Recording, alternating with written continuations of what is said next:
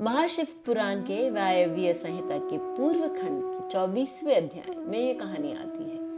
ब्रह्मा जी की मैथुनी सृष्टि के द्वारा जब प्रजाएं बढ़ गईं, तब शुंभ और निशुंभ नाम के दो दैत्य उत्पन्न हुए। वे परस्पर भाई थे। उनके तपोबल से प्रभावित हो ब्रह्मा जी ने उन दोनों भाइयों को यह वर दिया था कि इस जगत के किसी भी पुरुष से तुम मारे नहीं जा सकते। उन दोनों ने ब्रह्मा जी से प्रार्थना की थी कि पार्वती देवी के अंश से उत्पन्न जो अयोनिजा अर्थात जिसका जन्म किसी गर्भ से न हुआ हो, ऐसी कन्या उत्पन्न हो जिसे पुरुष का स्पर्श तथा रति नहीं प्राप्त हो, तथा जो अलग्न पराक्रम से संपन्न हो, जिनके प्रति काम भाव से पीड़ित हो, हम युद्ध में उन्हीं के द्वारा मारे जाएं।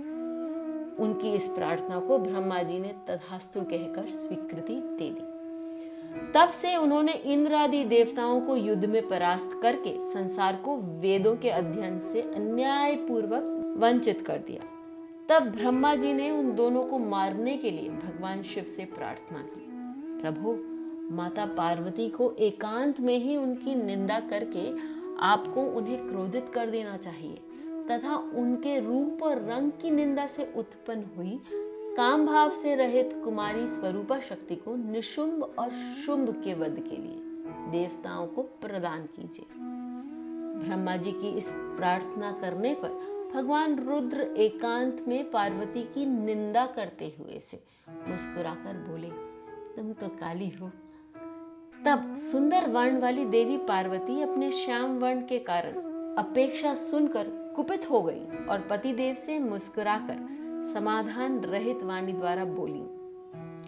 देवी ने कहा, प्रभु, यदि मेरे इस काले रंग पर आपका प्रेम नहीं है तो इतने दीर्घ काल से अपनी इच्छा का आप दमन क्यों करते रहे हैं? जब आपको मेरे स्वरूप से अरुचि थी तो आप मेरे साथ रमण क्यों करते रहे?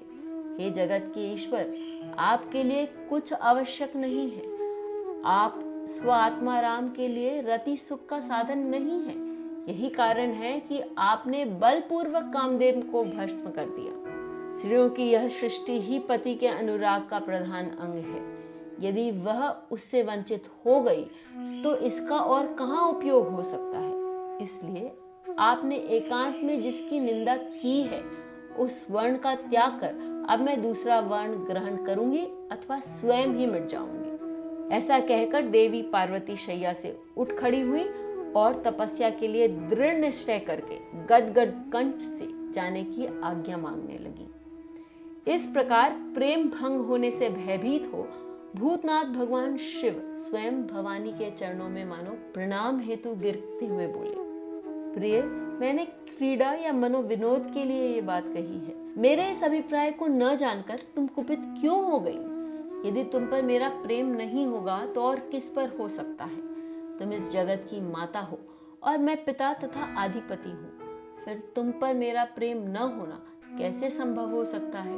हम दोनों का वो प्रेम भी क्या कामदेव की प्रेरणा से हुआ है? कदापि नहीं, क्योंकि कामदेव की उत्पत्ति से पहले ही जगत की उत्पत्ति है। इस प्रकार माता पार्वती और भगवान शिव के बीच में बात बहुत आगे बढ़ गई और माता पार्वती ने तपस्या करने की ठानी। शिव बोले, यदि अपनी श्यामता को लेकर तुम्हें इस तरह का संताप हो रहा है तो इसके लिए तपस्या करने की क्या आवश्यकता है? तुम मेरी या अपनी इच्छा मात्र से ही दूसरे वर्ण से युक्त हो जाओ। देवी ने कहा, मैं आपसे अपने रंग का परिवर्तन नहीं चाहती, स्वयं भी इससे बदलने का संकल्प नहीं कर सकती। अब तो तपस्या द्वारा ब्रह्मा जी की आराधना करके ही मैं शीघ्र गौरी हो जाऊंगी। पूर्व काल में जब मैं सती के नाम से दक्ष की पुत्री हुई थी, तब तपस्या द्वारा ही मैंने आप जगदीश्वर को पति के रूप में प्राप्त किया था। इसी प्रकार आज भी तपस्या द्वारा ब्रह्मा जी को संतुष्ट करके मैं गौरी होना चाहती हूँ। ऐसा करने में क्या दोष है, ये बताइए। महादेवी के ऐसे कहने पर शिवजी मुस्कुराते हुए से चुप हो गए। देवताओं का कार्य सिद्ध करने की इच्छा से उन्होंने देवी को रोकने के लिए हठ नहीं किया। फिर माता पार्वती पति की परिक्रमा करके उनके वियोग से होने वाले दुख को किसी तरह रोककर हिमालय पर्वत पर चली गई। तपस्विनी का वेश धारण करने के बाद मन ही मन सदा पति के चरणारविंदों का चिंतन करती हुई किसी क्षणिक लिंग में उन्हीं का ध्यान करके पूजन की बाह्य विधि के अनुसार जंगल के फल फूल आदि उपकरणों द्वारा तीनों समय उनका पूजन करती थी। उसी समय देवता शुंभ आदि दैत्यों के दुराग्रह से दुखी होकर ब्रह्मा जी के शरण में गए।